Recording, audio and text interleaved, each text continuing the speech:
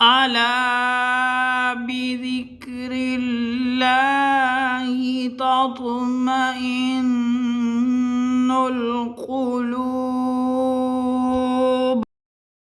الحمد للہ رب العالمین والصلاة والسلام علی اشرف الانبیاء والمرسلین اما بعد فاعوذ باللہ من الشیطان الرجیم بسم اللہ الرحمن الرحیم. عزیز ناظرین کرام، السلام علیکم ورحمۃ اللہ تعالی وبرکاتہ. ناظرین کرام، آج ایک بہت ہی قیمتی مجرب وظیفے کے ساتھ آپ کی خدمت میں حاضر ہوا ہوں. اس وظیفے کی قیمت کا اندازہ آپ اس بات سے لگا لیں کہ اس دنیا میں موجود جتنا مال و زر ہے اس کو ایک طرف رکھیں اور دوسری طرف ان دو آیات کو، جو آج کا میرا وظیفہ ہے، جو آپ کے میں گوش گزار کروں گا انشاءاللہ تبارک و تعالی، ان دونوں کا اگر تقابل کر لیا جائے، مقابلہ کر لیا جائے، وزن کر لیا جائے، تو یہ جو دو آیات ہیں یہ بہت بھاری ہیں، بہت بھاری ہیں. یہ دنیا کا مال و متاع کچھ بھی نہیں ہے اس کے سامنے. قبل اس کے کہ میں وہ دو آیات آپ کو بتاؤں کہ وہ کون سی ہیں، ان دو آیات کی جو فضیلت ہے حدیث مبارکہ کے اندر وہ آپ کے گوش گزار کرتا ہوں.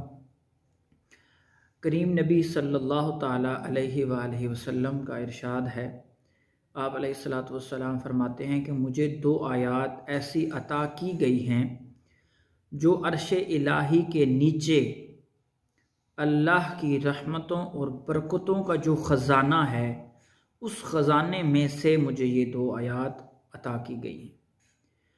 اور مزید اس پہ کمال یہ ہے کہ مجھ سے پہلے 1,24,000 کم و بیش انبیاء اور رسول اللہ تبارک و تعالیٰ نے مبعوث کیے، ان میں سے کسی کو بھی یہ چیز نہیں دی گئی.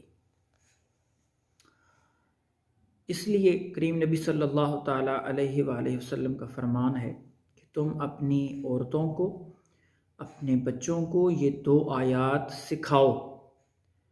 نیز کریم نبی صلی اللہ تعالیٰ علیہ وآلہ وسلم نے فرمایا، جس گھر میں، یہ نبوی نسخہ ہے، جس گھر میں 3 دن روزانہ مغرب کی نماز کے بعد ان دو آیات کی تلاوت کی جائے، دو آیتیں ایک ایک کر کے ان کی تلاوت کرنی ہے، زیادہ طویل نہیں.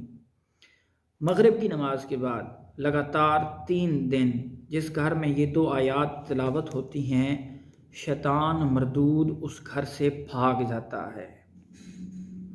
شیطان بھاگ جاتا ہے اور شیطان کا وار نہیں چلتا، شیطان نقصان نہیں پہنچا سکتا. اس کے ایک فائدہ تو یہ ہے، اور دوسرا فائدہ جو مشائخ طریقت نے ہمیں بتایا ہے وہ یہ ہے کہ کسی شخص نے اگر سونے سے قبل ان دو آیات کی تلاوت کی اور اس رات وہ شخص مر گیا، تو اس شخص کا جو ایمان ہے، جو اس کا خاتمہ ہے، وہ ایمان بالخیر پہ ہوا ہے. وہ اپنے ایمان کو حفاظت کے ساتھ، سلامتی کے ساتھ اپنے ساتھ لے کر گیا ہے، اس کا ایمان سلامت ہے. اور حضرت ابن عباس رضی اللہ تعالی عنہما، آپ کا قول، آپ کا فرمان، آپ فرماتے ہیں کہ یہ دو جو آیات ہیں تہجد کا قائم مقام ہے. اگر کوئی شخص ان کی تلاوت کرتا ہے تو اللہ رب العزت تہجد کا ثواب اس شخص کو عطا فرماتا ہے.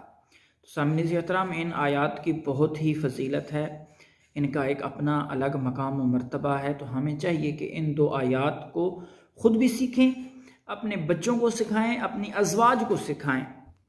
مزید تفصیلات سے پہلے ہمارے چینل کو سبسکرائب کر لیں اور بیل آئیکن کو پریس کر دیں.